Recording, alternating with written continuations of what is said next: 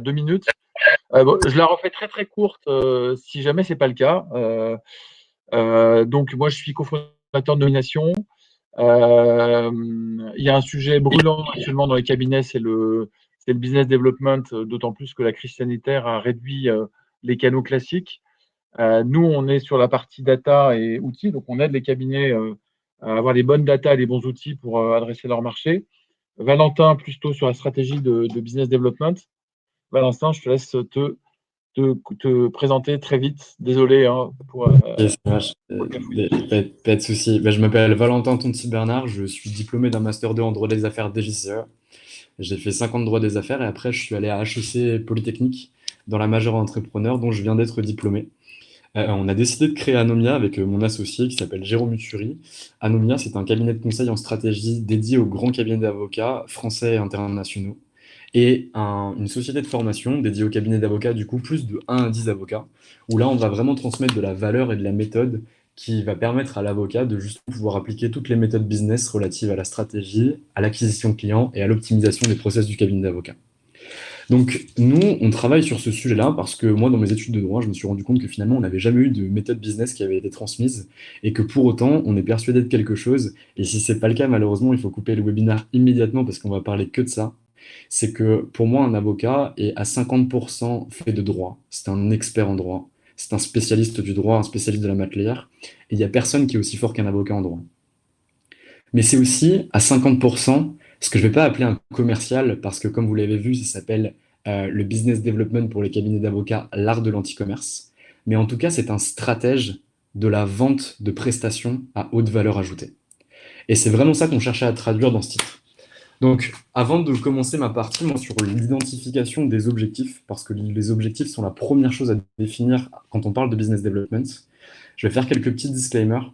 Je suis presque aveugle, et donc si je vous écrivez quelque chose dans le chat ou que vous posez des questions, je ne pourrai pas y répondre. Donc c'est Serge qui aura cette lourde Ouais. charge de pouvoir lire. Et si je m'approche un peu trop près de l'écran, mea culpa, j'aurais pas vu. Voilà, première chose. Deuxième chose, on n'est pas là pour vous donner la recette ou une recette miracle. Parce qu'en fait, si on l'avait trouvée, déjà, elle n'existe pas. Et en fait, s'il y a des gens qui l'avaient, ils seraient tous milliardaires, mais on ne serait pas là ici parce qu'en fait, tout le monde appliquerait la même chose et il n'y aurait pas de distinction en fonction des professions. Donc ça, c'est vraiment la première chose. La deuxième chose, c'est qu'en 1 heure de webinar, vous ne pourrez pas avoir un plan stratégique que vous allez pouvoir derrière appliquer. On va vous donner des clés de lecture, on va vous donner un raisonnement, une façon de penser et une façon d'appliquer ces méthodologies au sein de votre cabinet d'avocat. Mais c'est en aucun cas suffisant. Il va falloir que vous travaillez vous-même pour pouvoir l'appliquer. Donc maintenant qu'on a mis les gros disclaimers en place, on va pouvoir commencer. Donc l'identification des objectifs du cabinet d'avocat. On repart un peu sur la définition du business development en bon juriste qu'on est. Le business development, c'est extrêmement simple.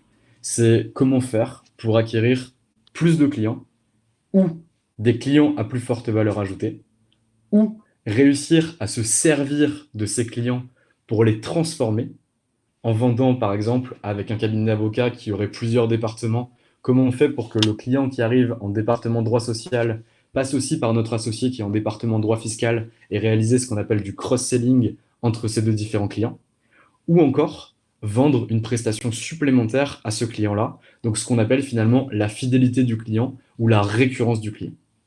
Donc voilà ce qu'est le business development. Tout le monde en fait un sac, mais c'est vraiment extrêmement simple. C'est l'acquisition ou la vente additionnelle.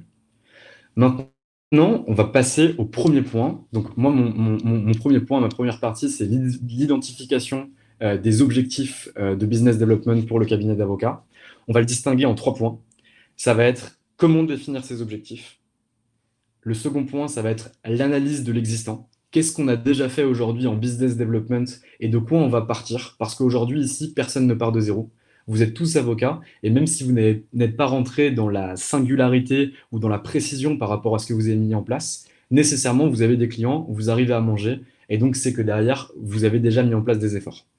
Et le troisième point, on verra le plan de business development qu'on pourra mettre en place au sein de votre cabinet d'avocats.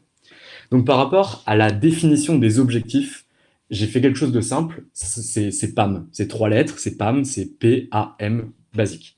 Il faut que ces objectifs soient précis, il faut qu'ils soient atteignables et il faut qu'ils soient mesurables. Donc, on va rentrer un peu dans la granularité de chacun. Quand je parle de précision, je vous ai dit tout à l'heure qu'il existait plusieurs possibilités de faire du business development, soit en allant chercher de nouveaux clients, soit en vendant de façon supplémentaire aux clients qu'on a déjà, soit en utilisant ce client pour vendre sur un autre produit, soit en vendant des services qui vont être plus importants aux clients qu'on a déjà. Donc déjà, qu'est-ce que vous voulez faire en priorité? Est-ce que vous avez des clients qui sont aujourd'hui à faible valeur ajoutée? Est-ce que vous avez un département ou un cabinet d'avocats qui est multicanal et donc qui va vous permettre de faire des ventes liées avec d'autres départements? Ou est-ce que votre objectif, c'est tout simplement d'aller chercher de nouveaux clients? Donc déjà, affinez par rapport à l'opération que vous voulez réaliser. Deuxième affinage, c'est par rapport aux chiffres que vous voulez obtenir. Quand vous allez définir, dire, bah voilà, moi je veux des nouveaux clients, c'est qui sont ces clients, combien je vais aller en chercher, et à partir de quand je considère que l'objectif a été atteint ou pas. Si vous n'arrivez pas à quantifier cela, vous allez être extrêmement frustré, parce que derrière, ça va générer une méconnaissance ou une incertitude par rapport aux opérations que vous avez mises en place. Donc ça, c'est pour la précision. Ensuite, un caractère atteignable. Ne vous fixez pas des objectifs que vous ne pouvez pas atteindre. Si vous êtes un cabinet de 2 personnes, que vous êtes situé en région, que vous voulez faire du droit pénal des affaires pour, je ne sais pas moi, Carlos Ghosn par exemple, une entreprise du CAC 40 qui est difficilement atteignable, sans avoir d'accès à cette personne, c'est pas possible. Fixez-vous des objectifs que vous pouvez atteindre. J'ai volontairement grossi le trait, parce que c'est des choses que nous, on peut entendre au quotidien en travaillant avec des avocats. Il y a des objectifs qu'on n'arrive pas à vendre. Enfin, on peut pas accepter qu'un avocat nous demande ça, parce que derrière, on ne vend pas nos missions. C'est-à-dire qu'il faut être conscient de ses forces vives en interne, de la notoriété que vous avez sur le marché, de votre positionnement et également de votre expertise dans un certain domaine. Donc ça, c'est pour le caractère atteignable de vos objectifs. Et enfin, il faut que ces objectifs-là soient mesurables. Mesurable, ça signifie que vous devez mettre en place des process qui, du début de votre plan de business development jusqu'à la clôture de ce plan, vous allez pouvoir suivre tout ce qui s'est passé. C'est-à-dire combien de calls on a pu avoir, combien de rendez-vous on a pu avoir avec cette personne, quels ont été les retours de cette personne. Est-ce qu'on considère que l'objectif a été atteint par rapport à celui qu'on avait déterminé au départ? À partir du moment où vous aurez ce scope global, vous aurez déjà des objectifs qui vont être clairs et vous pourrez ensuite passer à l'étape 2 qui va être, ben voilà, maintenant qu'on a des objectifs, on va voir ce qu'on faisait au préalable, voir pourquoi finalement on n'avait pas réussi à atteindre notre volonté ou en tout cas nos objectifs de développement préalable et comment on va pouvoir faire grâce à ce qu'on a déjà créé en interne pour atteindre ces objectifs. Donc maintenant on passe à la phase 2 qui est l'analyse de l'existant. Sur l'analyse de l'existant, vous allez regarder qui travaille sur le business development. On sait que dans les cabinets d'avocats, qui sont assez structurés et d'assez grande taille, on a les partenaires equity, les partenaires non equity, qui vont travailler sur cette phase de business development. Certains counsel, mais très peu de collaborateurs. Donc déjà, on va réduire le scope de ceux qui travaillent et qui participent au business development en se concentrant uniquement sur ces personnes. À raison ou à tort, vous verrez au sein de votre plan ce que vous mettrez en place. Nous, il nous arrive très souvent de pouvoir conseiller à ces cabinets d'avocats en fonction de la seniorité des collaborateurs, en fonction de leur appétence pour ce caractère commercial de la profession, de pouvoir les joindre à l'opération pour que eux puissent également pouvoir aller travailler sur ce business development à un niveau qui n'est pas le même, parce qu'il y a une phrase qui est assez juste, ou en tout cas à laquelle je crois, qui est qu'on fait du business avec les gens qui nous ressemblent et qui sont de la même génération que nous. Donc ça peut être également une porte d'entrée que vous pouvez développer. Donc c'est ça, c'est analyser l'existence, c'est aujourd'hui, OK, quel est mon nombre de clients entrants? Qu'est-ce que j'arrive à aller chercher comme client en sortant vers l'extérieur? Donc ce qu'on appelle en prescription inbound, donc en marketing inbound ou en prescription inbound. Et qu'est-ce qu'aujourd'hui, ces opérations de business development me rapportent? Est-ce qu'ils me rapportent des clients? Est-ce qu'ils me rapportent du chiffre d'affaires? S'ils me rapportent du chiffre d'affaires, dans quel centre de profit je peux catégoriser ce chiffre d'affaires? Et quelles répercussions je peux en tirer? Sans connaître le préalable de votre activité, vous aurez des opérations qui vont s'apparenter à des coups d'épée dans l'eau. Si je ne connais pas de mon niveau de rentabilité, par exemple sur la partie droit social de mon activité, sur la partie à l'intérieur du droit social, sur la partie négociation collective et à l'intérieur des négociations collectives sur la partie accord d'entreprise, Là, je pars sur les cabinets d'avocats qui, par exemple, ont une équipe en droit social d'au moins 10 avocats. Pas, en dessous, c'est trop profond, mais en tout cas, sur un département, vous pouvez déjà le faire. C'est quel est mon niveau de renta, qu'est-ce que je vais sortir comme client, quel est mon niveau d'acquisition. Si vous arrivez déjà à avoir des chiffres, vous allez pouvoir, sur la troisième étape, qui va consister à la mise en place du plan de business development, pouvoir prévoir des choses et pouvoir anticiper des difficultés que vous auriez pu avoir. Maintenant, on passe sur la troisième étape. Une fois qu'on a défini des objectifs précis, atteignables, mesurables, qu'on a analysé l'existant, c'est-à-dire les personnes qui avaient déjà participé au business development, le niveau auquel on était aujourd'hui et pourquoi on n'était pas satisfait de ce qui avait été fait au préalable et qu'on a envie de définir des objectifs à atteindre, on va passer à la matérialisation, à la matérialisation pour atteindre ces objectifs, qu'est le plan de business development. Finalement, le plan de business development, c'est le passage du point A, c'est-à-dire l'analyse de l'existant, au point B, que sont vos objectifs. Et là, c'est qu'est-ce qu'on met en place pour réussir à atteindre ces objectifs. Alors, pour atteindre ces objectifs, on va voir les moyens que vous avez à mettre en œuvre, que ce soit des moyens humains ou des moyens financiers. On va voir la typologie de personnes qui va participer au business development. On va voir la cible, donc j'en parlerai pas trop parce que ça va être la partie de Serge a posteriori, mais on va voir la cible que vous allez viser. Et on va également voir la durée. J'insiste bien sur cette dernière étape parce que la durée, elle est extrêmement importante. Parce que pour voir si oui ou non on a atteint les objectifs par rapport à ce qu'on avait déterminé, il est nécessaire de prévoir une durée de vie du prospect. Et ça, c'est vraiment extrêmement important. Donc les moyens qu'on met en place, ça peut être plusieurs choses. Si aujourd'hui vous faites ce qu'on appelle ce que nous on appelle du business development chirurgical, c'est-à-dire que vous savez exactement quelle entreprise vous allez aller cibler, quelle personne au sein de cette entreprise, quel va être le cycle de vente que vous allez pouvoir avoir avec ce client. Dans ce cas-là, la seule solution, c'est de faire un contact qui soit individualisé. Donc, les moyens que vous allez mettre en place, c'est des moyens humains qui vont vous permettre d'aller contacter une personne grâce à des liens qui vont être tissés entre ces deux personnes.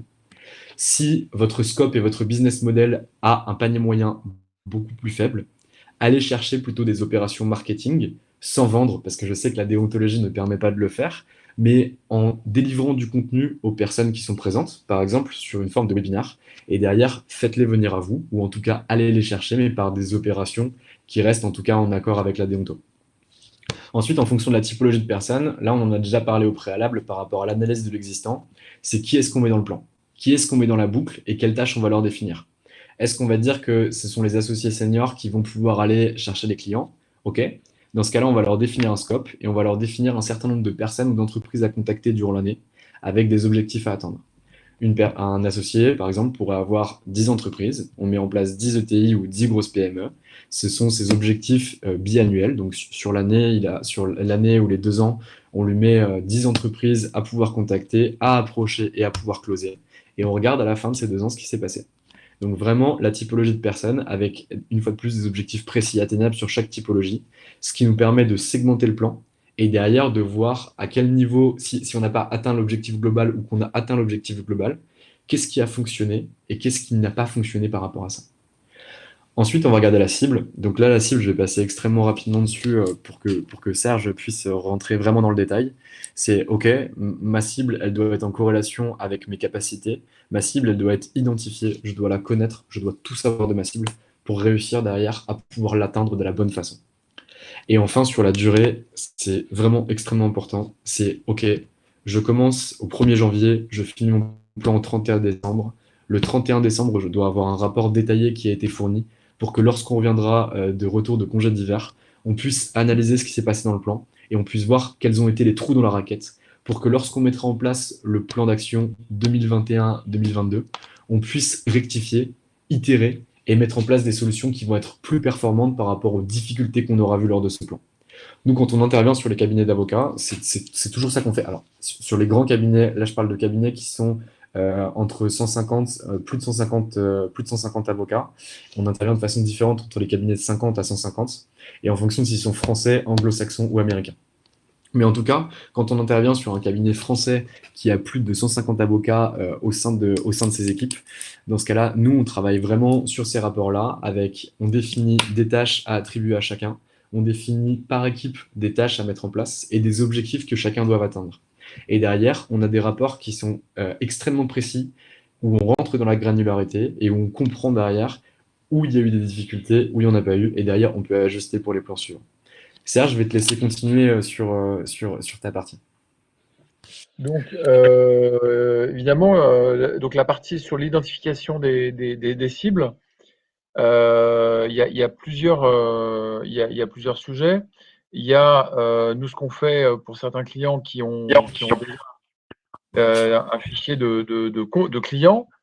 Nous, on sait, à partir de clients, identifier ce qu'on appelle des look-like, donc des sociétés qui ont des caractéristiques communes, donc des gens a priori qui vous ressemblent, ou qui ressemblent dans tous les cas à vos clients.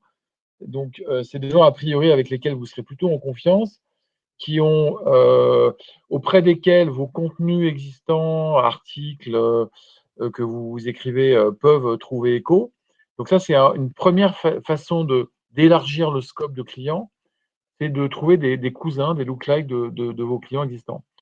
Ensuite, il y a un truc qui est super important, c'est d'arriver en fait, à susciter l'intérêt de vos cibles en s'intéressant à eux.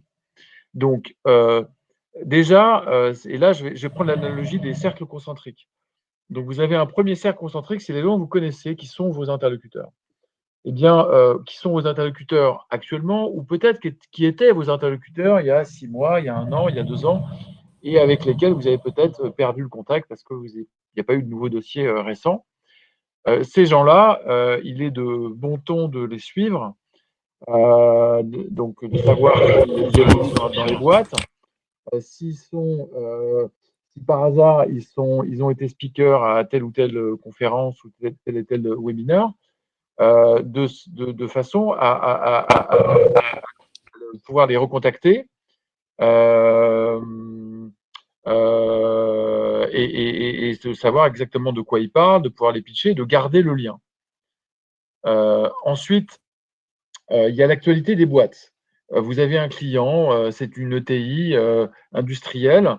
Il faut que vous sachiez que cette boîte vient d'investir dans un projet de R&D sur 3 ans de 150 millions d'euros. Et vraiment, c'est une bonne chose si vous êtes par exemple en IP. Ça peut être pas mal de dire bravo à votre client et de dire bah, j'ai vu que vous aviez investi dans tel projet, c'est vraiment super. Donc ça, c'est sur une personne existante. Ça peut être aussi une personne que vous ne connaissez pas forcément. Ça peut être justement l'occasion de créer du lien. Et donc là, on est dans le sujet du cross-selling. Si vous avez un directeur innovation qui intervient sur telle thématique ou dont on sait qu'il est associé à un projet d'investissement en R&D, et ben, ça peut être vraiment une bonne occasion d'approcher cette personne-là parce que vous travaillez avec l'entreprise, avec quelqu'un peut-être qui est pas forcément le directeur d'innovation, mais qui peut être, je sais pas moi, le DRH ou le directeur fiscal, et de le pitcher sur le fait qu'on travaille avec son cabinet sur d'autres practices, mais que sur la practice R&D, bah justement, on a travaillé sur tel dossier sans forcément le nommer, dans le même secteur d'activité, sur tel typologie de deal. Et donc, ça peut être l'occasion de créer de la relation avec quelqu'un de nouveau au sein du client. Donc, premier cercle, suivre à fond les gens que vous connaissez, qui sont vos interlocuteurs. Deuxième cercle, des nouveaux points d'entrée dans les comptes clients qui sont aujourd'hui vos clients, ou qui ont été vos clients, on va dire, assez récemment. Et puis, vous avez un troisième cercle, par essaimage, c'est des gens qui arrivent qui arrivent chez des clients qui ne sont pas les vôtres, donc qui sont des prospects, mais avec qui vous avez une certaine légitimité pour les approcher. Donc, la personne arrive d'Alstom Transport, elle arrive chez Schneider Electric, c'est quelqu'un que vous ne connaissez pas. Schneider Electric, vous faites peu de business ou pas de business avec eux. Cette personne-là, eh ben, en fait, vous ne le savez pas, mais vous êtes légitime. Vous pouvez l'approcher, cette personne-là. Parce que ça a été, il vient d'une boîte avec qui vous travaillez et vous avez, avec le bon pitch, vous avez la possibilité de créer du lien avec elle. Donc, soit elle arrive, c'est une nomination, donc c'est un transfert d'un compte A vers un compte B. Ça peut tout simplement être un point d'entrée dans une boîte dont dont vous pouvez deviner, savoir, donc ça c'est notre job à nous, on va vous dire, bah, tiens, cette personne-là chez Schneider Electric, c'est un de tes top comptes clés que tu veux développer cette année, CF, les 10 comptes que citait Valentin. Et ben ce gars-là, en fait, il est passé par deux boîtes. Ces deux boîtes, c'est des clients du cabinet. Donc, il faut l'approcher d'une certaine façon. Et donc, c'est des points d'entrée supplémentaires. Donc, l'actualité de vos interlocuteurs, l'actualité de vos entreprises, de vos clients, tout ce qu'ils font, les projets R&D, les articles de presse, tout ça, c'est des occasions de créer du lien, de vous rappeler au bon souvenir de vos cibles pour susciter l'intérêt. Donc ça, c'est le deuxième point. Ensuite, il y a le sujet comment vous allez construire, et c'est parfaitement en lien, une relation de confiance avec un prospect. Et donc là, Valentin, je te laisse la parole. Très clair, je te remercie Serge. Alors là, c'est comment vous allez construire une relation de confiance avec votre prospect. Je sais pas si on a été très clair sur le cycle, mais en fait, il y a un cycle de vente qui est bien défini. Au début, quand on définit les objectifs, on vient définir à qui on va vouloir parler lorsque l'on est avocat pour tenter d'avoir de nouveaux clients ou en tout cas susciter une réaction. Serge, quand il vous parle de susciter une réaction, c'est-à-dire qu'on va enclencher le premier contact grâce à des données clés qu'on aura obtenues sur ses clients, telles que ce que Serge a pu vous donner, donc la possibilité d'avoir des informations sur lui, dans les journaux, dans des newsletters, sur des opérations qu'il a réalisées, etc. Donc ça, c'est le moyen d'entrée. Une fois que vous avez rencontré cette personne, là, vous êtes sur la première phase de vente où vous allez échanger avec lui. Et moi, là, j'interviens sur créer la relation de confiance. C'est dans cette phase de vente, ou en tout cas dans la première phase d'échange ou une des phases d'échange qui aura lieu lors de votre relation avec votre prospect, jusqu'à la phase qui va être la phase avant closing, ou avant perte, finalement, s'il ne se transforme jamais en client. Donc sur cette première phase, où vous allez réussir à obtenir un rendez-vous, que ce soit un rendez-vous physique, que ce soit un rendez-vous en visio, ou que ce soit un rendez-vous par téléphone avec votre client, vous avez un seul objectif. Si c'est un grand compte, vous n'aurez jamais de closing immédiat. Si c'est une ETI, c'est pareil. Votre objectif, lorsque vous réalisez ça, c'est d'obtenir uniquement un second rendez-vous. Plusieurs possibilités pour obtenir un second rendez-vous. Alors, il y avait déjà beaucoup de feeling, et il y a aussi, ça dépend énormément du secteur. Mais pour obtenir un second rendez-vous, il y a nécessairement deux choses à faire. Donner de la valeur à son client. À partir du moment où vous donnez de la valeur à quelqu'un qui est en face de vous, on va vous la rendre et on va apprécier ce que vous avez donné. Pour deux raisons. Les gens n'ont pas l'habitude d'avoir des choses gratuites. Et la première réaction, c'est s'il est capable de me donner ça gratuitement, qu'est-ce qu'il va me donner lorsque je vais payer? Et ça, c'est vraiment quelque chose qu'il faut retenir parce que c'est quelque chose aujourd'hui qui se voit énormément en marketing. Tout ce qui s'opère avec les livres blancs, tout ce qui s'opère avec les podcasts, avec des choses comme ça qu'on appelle des lead magnets. Je vous expliquerai a posteriori ce qu'est un lead magnet, mais lorsqu'on voit des choses comme ça, c'est vraiment très important de comprendre la démarche et la logique derrière tout ça. C'est de donner quelque chose qui a de la valeur pour que dans l'esprit de votre interlocuteur, vous dites s'il est capable de me donner ça, qu'est-ce qu'il va me donner lorsqu'on aura contractualisé ensemble. Ça, c'est vraiment la première chose. Nous, on travaille énormément là-dessus, sur le fait de pouvoir donner de la valeur à nos clients. On la donne de façon personnalisée, on la donne directement aux avocats en leur donnant des insights par rapport à ce que nous, on trouve sur Internet, par rapport aux informations qu'on a d'anciens collaborateurs, d'anciens clients, et on leur envoie des fichiers personnalisés en leur disant, écoutez, bah, nous, par rapport à toutes les informations que vous avez pu recueillir, on pense que ça serait bien de travailler là-dessus, là-dessus et là-dessus. C'est-à-dire qu'on a vraiment un business development qui est chirurgical. On contacte très très peu de personnes par an. Mais en tout cas, on les contacte toujours à forte valeur ajoutée. Et on est sur un 100% de rencontres par rapport aux gens qu'on a vraiment contactés de façon très dure. Après, on n'a pas un 100% de closing, mais en tout cas un 100% de rencontres. Donc ça, c'est la première chose, délivrer de la valeur à sa cliente, en tout cas à ses prospects qui deviendront potentiellement sa clientèle. La deuxième chose, c'est une question de posture. Pour créer de la confiance avec un prospect, il est nécessaire de se positionner comme un médecin. C'est assez drôle pour un avocat ou pour un consultant de dire ça, mais un médecin, quand vous allez le voir, vous lui expliquez ce qui ne va pas.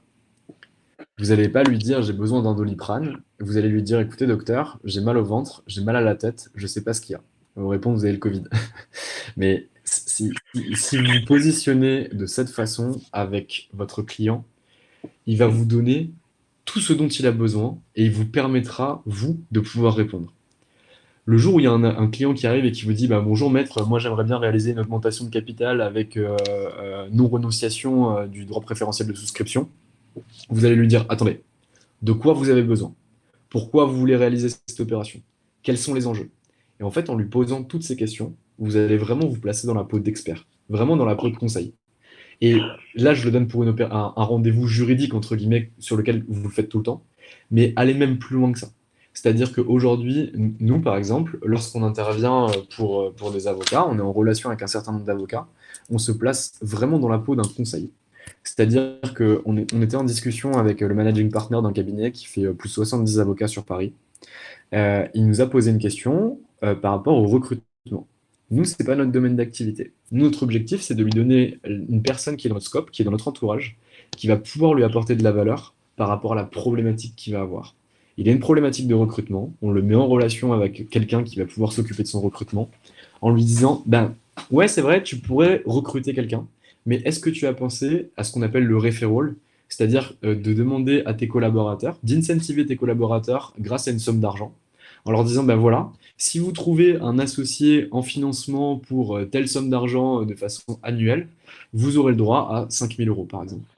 Et ça permet d'avoir derrière de la valeur qui est générée. Et nous, on a donné un conseil gratuit à cette personne. Aujourd'hui, cette personne nous a recontactés et nous travaillons avec elle. Parce que on s'est toujours placé dans la peau d'expert, on n'a pas voulu vendre à tout prix et on a toujours délivré un maximum de valeur à la personne qui était en face de nous sans vouloir faire ce qu'on appelle de la vente forcée. Alors, pour créer la relation de confiance avocat-prospect, vous avez aussi les moyens traditionnels qu'a pu évoquer Serge tout à l'heure, c'est-à-dire les conférences, l'invitation à des petits déjeuners, à des déjeuners, à des apéros, à des ateliers, à des webinars par exemple, à énormément de choses. Aujourd'hui, moi, je crois toujours au physique. Enfin, c'est vraiment important. On est dans une période digitale, mais je crois carrément au physique. Tout ce qui va être un contact direct, donc pas un webinar, mais de la visioconférence, un appel ou un rendez-vous physique. Allô? Ouais, on t'entend, on t'entend. D'accord, nickel. Ou un rendez-vous physique, ça va toujours permettre de pouvoir générer de la valeur et créer vraiment ce lien de confiance. À partir du moment où il n'y a pas ce genre de choses et qu'on reste sur du papier ou qu'on reste sur du prospectif, dans ce cas-là, ça reste extrêmement complexe. Maintenant, moi, je vais vous expliquer les moyens que nous, on met en place justement pour pouvoir générer de la valeur et surtout générer du contact à forte valeur ajoutée avec les gens qu'on veut rencontrer et avec qui on veut travailler. Nous, on met en place ce qu'on appelle des lead magnets. Notre lead magnet majoritaire chez Anomia, c'est notre podcast qui s'appelle le podcast d'Anomia, où on va interviewer des avocats. L'objectif, c'est de ne pas être en demande lorsqu'on va voir l'avocat, mais plutôt de lui offrir une tribune qui va durer 1 heure, qui va être écoutée par 6000 personnes par épisode, et sur lequel il va dire, bah voilà, nous, Anomia, on t'offre la possibilité de parler de ton parcours, de tes échecs, de ta réussite, de ton cabinet d'avocat pendant 1 heure. Et on me dit, mais c'est gratuit? Je dis, bien sûr, c'est gratuit. On est juste là entre nous pour échanger par rapport à ton parcours et pour faire découvrir ce parcours à différentes personnes. Et donc, on rencontre cette personne et là, on a 1 heure pour créer la confiance avec lui. C'est-à-dire qu'on est naturel, on est normal, on échange et derrière, on va réussir à choper de la valeur par rapport à ça. Et ça, c'est extrêmement important et c'est des choses que vous pouvez mettre en place. En pouvant, par exemple, envoyer à vos clients, je sais pas, les nouvelles réglementations d'IPO, pas en transférant les arrêts, pas en transférant la nouvelle législation, mais en transférant uniquement les solutions sur un mail de 3 lignes. C'est comme ça que vous allez susciter l'intérêt de la personne. C'est pas en envoyant. Je vois beaucoup d'avocats sur LinkedIn et je trouve ça très bien parce que moi je les lis du coup, ça m'intéresse.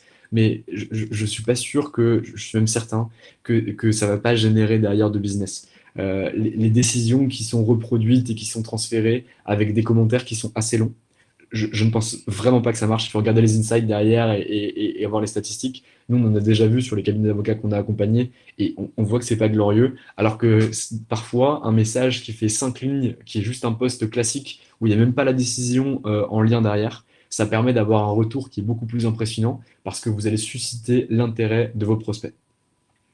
Donc, créer la confiance, ça s'opère en donnant de la valeur, en se positionnant comme un expert et comme un médecin auprès de ses clients. Et à partir de ce moment-là, vous avez deux possibilités. soit vous avez gagné et vous arrivez à closer votre client. Donc ça suppose vraiment d'être allé au bout du cycle de vente, d'avoir mis toutes les opérations en place pour permettre d'arriver à cet objectif. Soit derrière, vous avez perdu ce client. Il faut ce prospect, pardon. Il faut accepter de perdre les prospects. C'est le jeu. Vous faites du business development, vous ne pouvez pas avoir un taux à 100%, c'est pas possible. Il faut dire qu'à partir du moment où on a eu 6 rendez-vous, 7 rendez-vous, 8 rendez-vous, et que c'est au-delà des cycles de vente habituels, c'est soit qu'on n'est pas au bon endroit, soit qu'on n'est pas la bonne personne, soit qu'on ne parle pas à la bonne personne, soit qu'on s'y est mal pris. Et donc, nécessairement, il faut essayer de comprendre pourquoi, mais sortir de ces cycles de vente. Parce que vraiment, c'est un bourbier, c'est quelque chose sur lequel vous allez perdre du temps, c'est quelque chose qui ne va pas vous apporter d'argent, qui va vous générer beaucoup de stress et qui va vous polluer l'esprit. Donc ça, c'est super important d'en sortir. Donc voilà, on a vu comment susciter l'intérêt de son client et créer de la confiance avec son prospect. Maintenant, on arrive au bout de ce pipe de plan Valentin? de business development qui est Juste OK. Oui, une précision. Tu oui, parlais de cycle de vente un peu qui s'éternise, où il y a 6, 7, 8 rendez-vous qui s'enchaînent. Je pense qu'il y a un point hyper important que j'ai omis de préciser, c'est d'avoir une approche un peu holistique du compte que vous voulez cibler. C'est-à-dire qu'en fait, vous savez, une entreprise, c'est un système. Donc, c'est pas juste le directeur juridique qui décide ou juste le directeur fiscal qui décide. C'est un collectif. Et ce collectif, dans le collectif, il y a aussi le DAF. Il y a peut-être en fait quelqu'un qui est un peu en haut et un peu dans l'ombre, qui est le secrétaire général. Donc, je vous engage à, et donc nous, c'est ce qu'on fait pour nos clients, c'est qu'on identifie un peu les cercles de décision et de prescription au sein du compte pour avoir une approche globale. Là-dedans, il y a évidemment vos acheteurs potentiels, mais il y a aussi les influenceurs et les prescripteurs qui sont clés et qui peuvent être c'est peut-être aussi pour ça que les cycles de vente s'éternisent, c'est que en fait, il y a un problème de chaîne de décision et il y a peut-être un maillon de la chaîne que vous avez loupé. Voilà, donc je ferme la parenthèse. non, mais c'est très clair. Et il a tout à fait raison de le dire. Parce que, en fait, il faut aussi avoir une connaissance profonde, et ce que permet d'ailleurs une nomination, c'est de connaître les cycles de vente, de savoir à quel moment, en fait, on est in ou on est out. Si un cycle de vente pour une entreprise du CAC, pour la décision, je sais pas, d'un nouvel associé, par exemple, je sais pas, j'ai vu qu'il y avait des gens de chez White, par exemple, je sais pas, moi, genre, une entreprise comme LVMH qui décide de changer ses conseils par rapport au banking, s'il passe par un appel d'offres ou pardon, s'il passe pas par un appel d'offres et que vous êtes en discussion pendant 10 rendez-vous, 15 rendez-vous, 20 rendez-vous avec le directeur juridique, il y a un problème. Parce que déjà, est-ce que c'est le directeur juridique qui choisit ou pas? Ça, il y a des gens qui le sauront dans l'audience pour l'instant, moi je dis rien.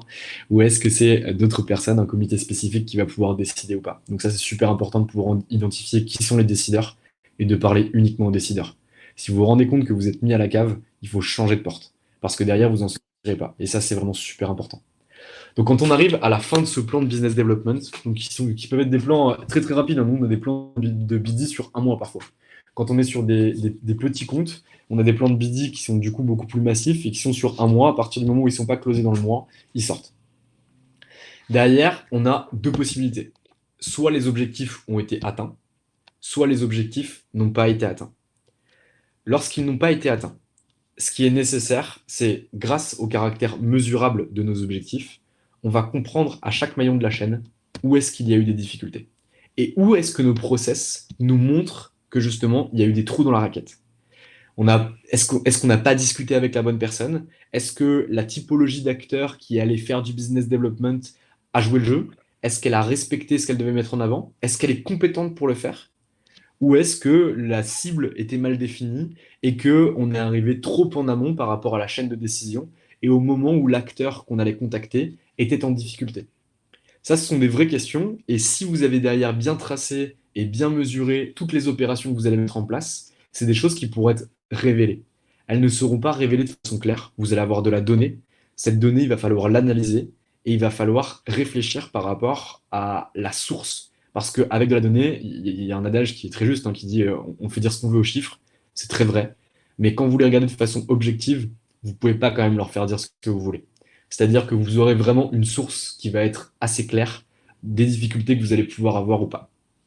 Donc ça, c'est si l'objectif n'a pas été atteint. Donc là, on met en place des reporting, on met en place du tracking, on voit ce qui n'a pas été, et lorsqu'on remet en place un plan pour la prochaine année ou la prochaine période par rapport à X ou Y opération, dans ce cas-là, on prend pour acquis ce qui s'est déjà passé, ce qui s'est mal passé, et on adapte pour le prochain plan de business development qu'on va mettre en place. Si l'objectif a réussi, dans ce cas-là, deux choses. Déjà, on le fête parce qu'il faut fêter chaque réussite, et ça, c'est super important et on y tient beaucoup. Et la deuxième chose, c'est que on réalise l'opération pour son client. OK, le client est closé. Et maintenant, qu'est-ce qu'on en fait? Est-ce qu'on le met dans une database où on a réalisé l'opération et finalement, ben, plus rien ne se passe? Ou est-ce qu'on va essayer, grâce à ce client, d'obtenir beaucoup plus que ce qu'il nous a déjà donné? Donc ça passe par deux choses. Ça passe par la mesure de la satisfaction, extrêmement important. Et ça passe surtout par la synergie qui va pouvoir opérer en interne et à un plan plus global qui va du coup être un deuxième plan de business development sur tout ce qui va concerner le upsell. Je pense que, alors ça dépend de la typologie des dossiers, ça dépend de la typologie du cabinet d'avocat, mais c'est extrêmement compliqué pour moi de pouvoir vous dire un truc qui est aussi général que ça, mais si vous avez un client aujourd'hui qui rentre, je sais pas, par le taxe, vous avez un client qui rentre aujourd'hui par le taxe, est-ce qu'il n'y a pas une synergie à pouvoir opérer avec le corpo? Est-ce qu'il n'y a pas une synergie à pouvoir opérer avec le patrimonial si vous avez des départements patrimonials? Et comment faire pour que l'associé de taxe pense à appeler l'associé de corpo? Comment faire pour que justement cette synergie s'opère et que le client qui rentre par un point A sur une opération à 50 000, il parte pas sur un point B qui est une opération peut-être à 10 000, mais peut-être qui vous fera rester le client en interne. Parce qu'il y a ces difficultés-là. Il y a la facturation, mais il y a aussi ce qu'on appelle le taux de churn qui est limité. C'est-à-dire que les clients, plus ils restent longtemps chez nous, moins ça nous coûte cher, plus ça nous rapporte d'argent et plus ça stabilise derrière le chiffre d'affaires et les bilans. Donc ça, c'est extrêmement important. C'est comment passer d'une réussite d'un objectif 1 qui était d'acquérir un client à passer à un objectif suivant qui va être réussir à faire passer ce client du département taxe au département corpo. Donc ça, c'est opérer en interne avec une bonne communication interne parce que c'est vraiment l'élément phare. Bonne communication interne. Réussir également à incentiver les collaborateurs, les cancels ou les partenaires en fonction de votre mode de management et de l'organisation interne du cabinet d'avocats. Comment faire pour qu'ils arrivent à se parler? Comment faire pour qu'ils se filent des clients et qu'ils soient incentivés sur le global? Et on a après tout ce qui va concerner le upsell, donc la vente additionnelle.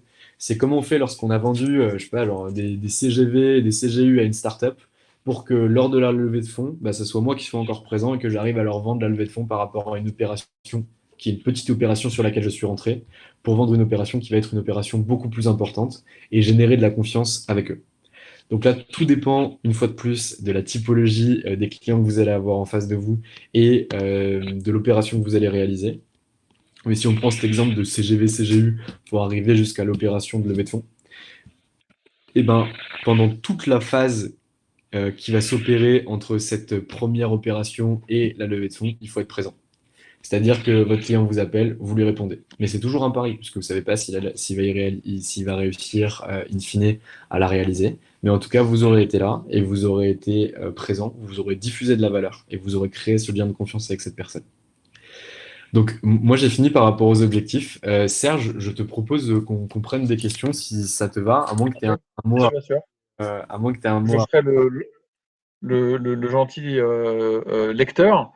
Donc allez-y, posez vos questions. On démarre la séance de questions-réponses. Allez, quelqu'un se lance. Et si tu veux faire une petite Il y a conclusion, forcément des questions. et si tu veux faire une petite conclusion en attendant les questions, n'hésite surtout pas.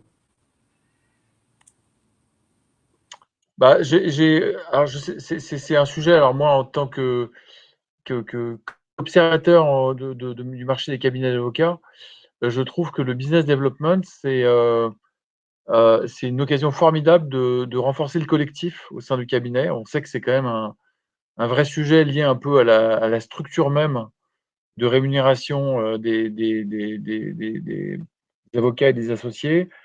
Euh, et ceux qui arrivent à mettre en place une stratégie un peu de cross-sell notamment, c'est vraiment ça participe en fait à la transformation du cabinet. Et donc ça c'est plutôt dans ce qu'on a pu voir, c'est des belles opportunités de changer le cabinet. Donc, avec une stratégie de développement que Valentin a développée ce soir, avec aussi évidemment des outils. Le CRM n'est pas forcément un passage obligé. Il y a parce que, enfin, disons qu'il y a des façons d'approcher le projet du CRM pour que ce soit rapide. Le problème du CRM, c'est que c'est souvent des projets complexes, parce qu'ils sont conçus de manière complexe. Alors, j'ai une première question de Zora, euh, et qui dit: et sinon, business development pour chercher des avocats? Euh, pour chercher des avocats, donc Zora, donc là, on est dans la peau, de l'autre côté, en fait, c'est ça? Zora serait sympa de juste. Oui, c'est ça, d'accord. C'est pour chercher des avocats. Pas vraiment dans la thématique. Alors là, effectivement, là, on est on est orthogonal au truc. Je sais pas, Valentin, t'as un truc à Non, dire à mais je Zora, peut-être? suis désolé. Eh, je suis désolé, Zora, si vous voulez, derrière, on pourra en parler. Moi, je vous raconterai un peu ce qu'on fait chez Anomia pour vous donner quelques insights, etc. Mais c'est pas vraiment l'objet du webinar. Vraiment, l'objet du webinar, c'est de pouvoir donner on a été assez laconique par rapport aux méthodes, parce que nécessairement, il faut rentrer dans la granularité de chaque cabinet et dans l'identité de chaque cabinet. Mais on a essayé de transmettre des méthodes. L'objectif, c'est qu'aujourd'hui, les cabinets d'avocats puissent se saisir de ces méthodes, les implémenter en interne pour derrière bénéficier des capacités qui ont été apprises dans les écoles de commerce pour justement arriver à être vraiment une entreprise de droit, une entreprise d'avocats pour permettre d'avoir la même performance que ces entreprises pour aller chercher des clients. Aujourd'hui, les avocats, ils ont beaucoup de chance, et les cabinets d'avocats ont beaucoup de chance, c'est que le marché est encore quasiment vierge. Excepté les cabinets comme Hogan, White, Clifford, et d'autres grands cabinets américains et anglo-saxons qui ont beaucoup plus l'habitude du BD que les cabinets français, par exemple, ou même les cabinets de taille intermédiaire et les mid-cap. Le marché est vierge, en fait, et donc il y a beaucoup, beaucoup de travail à mettre en place, et avec des efforts qui vont être beaucoup plus faibles que dans d'autres secteurs d'activité, vous allez réussir à obtenir des résultats qui vont être très rapides. Et donc, Euh, nécessairement, le webinaire concerne ça. donc Zora, n'hésitez pas à entrer en contact avec Valentin, il vous donnera peut-être que 2-3 secrets pour. Voilà. Alors ensuite, j'ai une question de Sébastien. Sébastien Canton, du cabinet BMH Avocat. Donc ça doit être. J'ai pas eu le temps de regarder le site de Sébastien, pardon. La question de Sébastien: que pensez-vous de l'apport des newsletters? Le support est-il encore pertinent? Nous sommes tous inondés par les newsletters de cabinet, nous ne les lisons plus. La saturation a été atteinte rapidement avec les newsletters spéciales Covid. Quel est votre regard? Je peux la prendre, Ouais, Serge. vas-y, vas-y, vas-y, J'ai eu vas-y. une discussion avec mon associé tout à l'heure, on a beaucoup rigolé par rapport à ça. Sébastien, je suis assez d'accord avec vous. C'est vrai que nous, on est abonné à pas mal de newsletters de cabinets d'avocats et on se fait inonder. Et en fait, la newsletter, pour qu'elle soit pertinente, il faut qu'elle puisse vraiment apporter de la valeur à la personne. Nous, nos newsletters, alors on a deux newsletters, mais une de nos newsletters, elle fait 5 lignes. C'est-à-dire qu'il faut qu'en un clin d'œil, en un coup d'œil, on puisse voir quelle est la valeur du message et qu'il y ait un seul objectif par newsletter. L'objectif de votre newsletter, il peut se définir si vous arrivez à segmenter les personnes qui sont inscrites au sein de cette newsletter. Si vous Mm. n'arrivez pas à le faire, vous allez transmettre de l'information générique à des clients qui ne se ressemblent pas forcément, à des prestataires qui ne sont pas forcément concernés par ce que vous allez proposer. Par contre, si vous arrivez vraiment à la segmenter et que vous arrivez à dire, moi j'ai trois typologies de clients, j'ai des clients qui sont des artisans, j'ai des clients qui sont des boulangers et j'ai des clients qui sont des commerçants. Dans ce cas-là, je vais leur délivrer à eux trois de la valeur qui va être divisible et qui va uniquement les intéresser eux. Et si vous arrivez à réaliser cela, la qualification et le taux de clic et vos taux d'ouverture et vos taux de contact seront bien plus importants. Mais ça passe vraiment par par la division de la base de données, par le travail sur le contenu de cette newsletter Mm. et vraiment faire un truc qui est rapide et qualitatif. Nous, on a mis en place dans un cabinet pour une cinquantaine d'associés une newsletter ultra méga personnalisée.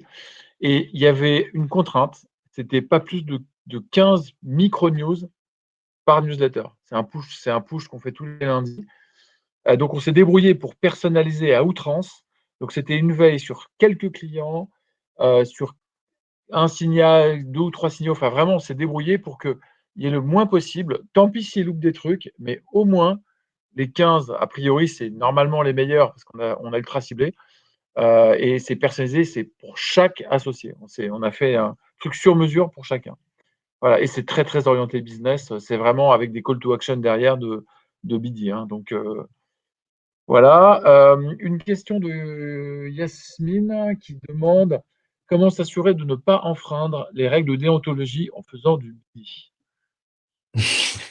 Il faut ouvrir le code de déonto, regarder les décisions qui ont été réalisées par le CNB et par les différents barreaux. Après, aujourd'hui, moi, je connais très peu d'avocats, à part ceux qui ont réalisé des faux sites internet, par exemple, d'aide aux victimes du Covid, pour pouvoir récupérer des leads. Donc ça, c'est extrêmement sale. Mais en tout cas, je connais très peu d'avocats qui ont été mis devant le tourniquet, qui ont eu des petits rappels à l'ordre, j'en connais, mais qui ont été mis devant le tourniquet pour avoir démarché des clients. J'en connais pas. Après, il faut pas le faire en mode sale. Vous n'êtes pas une start-up qui va derrière pouvoir envoyer des milliards de mails à des prospects. De toute façon, c'est pas votre valeur. Vous êtes pas cette typologie d'acteurs. Vous êtes des acteurs haut de gamme qui vous adressez à des clients haut de gamme pour des prestations qui sont chères. Donc nécessairement, il faut pouvoir le faire tout en douceur. Et c'est pour ça que nous, on conseille à nos clients de délivrer de la valeur gratuitement. Donc pas y aller de façon commerciale, mais en donnant à son client. Et derrière, lorsque lui reviendra vers vous pour vous poser des questions, vous serez plus sous le joug de la déontologie et vous n'aurez plus de difficultés par rapport au marchandage de votre prestation de service. En tout cas, moi, c'est ma pensée par rapport à ça. Et je pense qu'une façon de valoriser son expertise et d'apporter de la valeur, c'est la production de contenu, les articles. J'imagine, enfin, Valentin, tu as certainement plein de choses à raconter là-dessus. Ouais, Après, il y a articles et articles, hein. Il y a les articles un peu techniques, voilà. Donc, et puis il y a ceux qui sont vulgarisés, qui sont synthétisés, qui sont très courts.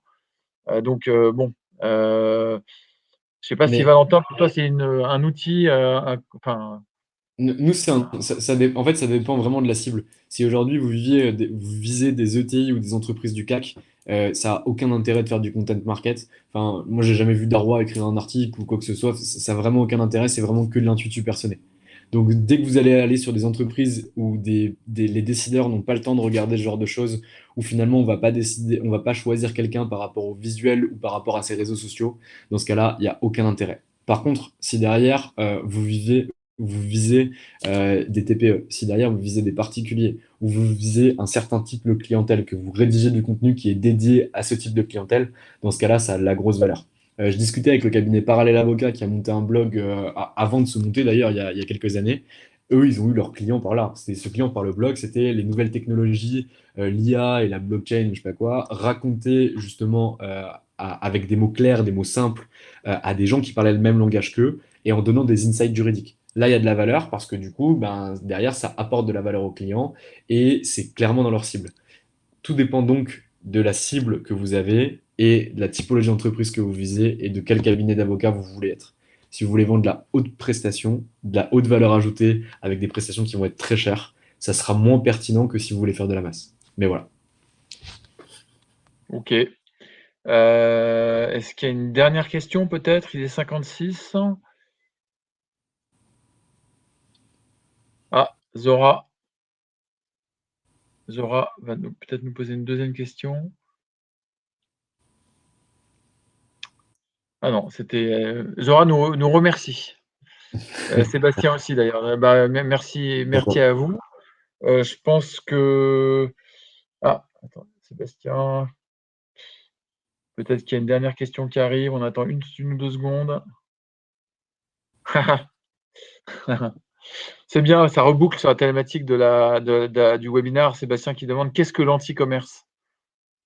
Bah, L'anti, c'est l'art de se faire acheter, en fait, non? Qu'est-ce que tu ouais, en c'est dis, ça. Valentin? L'anti-commerce, moi, je pense que on a choisi ce nom-là parce que derrière, pour moi, le commerçant, c'est quelqu'un qui va aller vers quelqu'un d'autre, qui va aller vers un potentiel client et qui va décrire un produit et vendre sa camelote. C'est acheter mon tapis parce que mon tapis, c'est le plus beau, c'est le plus doux, c'est le meilleur rapport qualité-prix et regardez comment il va être beau dans votre salon. Ça, pour moi, c'est du commerce. L'art de l'anti-commerce, c'est de dire je ne suis pas là pour vous vendre quelque chose, je suis là pour solutionner votre problématique. Et ça passe par vraiment la position de médecin. C'est genre, quel est votre problème? Vous êtes sûr que vous voulez faire ça? Avez-vous regardé telle possibilité, telle possibilité, telle possibilité? Si vous n'êtes pas le bon prestataire, vous ne vendez pas. Vous dites, je ne vous vends pas, c'est pas moi qui dois m'en occuper, c'est plutôt telle personne ou telle personne. Aujourd'hui, je ne ferai pas cette opération parce que ce que vous voulez que je fasse, ce n'est pas dans mes convictions, ce n'est pas la meilleure opération qui pourrait être mise en place pour vous, etc. En faisant ça, vous allez vraiment faire ce qu'on appelle de la vente par la négative, qui est la meilleure vente et qui est vraiment l'art de l'anti-commerce, qui est de vous placer comme des experts à très haute valeur ajoutée, un petit peu comme Tom Hagan dans Le Parrain, vraiment un consigliere très puissant, et pas uniquement comme un prestataire. Et à partir du moment où vous aurez réussi à faire la bascule par rapport à ça, et à ne pas être en tant que commercial, même si je suppose que beaucoup d'avocats qui sont sur ce webinaire ne se comportent pas comme des commerciaux et des agents immobiliers, mais si vous arrivez à faire la bascule, on était vraiment sur la négative, en jouant vraiment des silences et en étant vraiment sur la vente par le nom, dans ce cas-là, vous aurez beaucoup plus de valeur à ajouter et les ventes seront vraiment beaucoup plus simples. Bien, je pense qu'il est 59, donc on va clôturer le webinaire. Valentin, merci beaucoup. Ah ben, avec grand plaisir. Et si... J'espère que ça donne envie aux participants d'accélérer sur le BD. bah, j'espère qu'on a réussi à transmettre ça. Après, voilà, en une heure, c'est vraiment compliqué de pouvoir rentrer vraiment dans la segmentation. Ouais, Il y a bien des, il sûr, y a bien des sûr. personnalités très différentes sur ce webinaire et donc du coup, de prévoir un plan qui est clair, déterminé, précis, c'est beaucoup plus complexe. Mais en tout cas, j'espère que ça vous a plu, que vous aurez des insights qui vont être intéressants et que vous avez au moins retenu deux, trois idées que vous pourrez appliquer au sein de votre cabinet d'avocat. Donc en tout cas, Anomia était très heureux de participer à ce webinaire. Ouais, Donc, nomination aussi. exactement. Super. Eh bien, Eh ben, écoutez, merci merci. beaucoup, merci à tous. Passez une bonne soirée et à bientôt. Au revoir. Au revoir, au revoir, au revoir.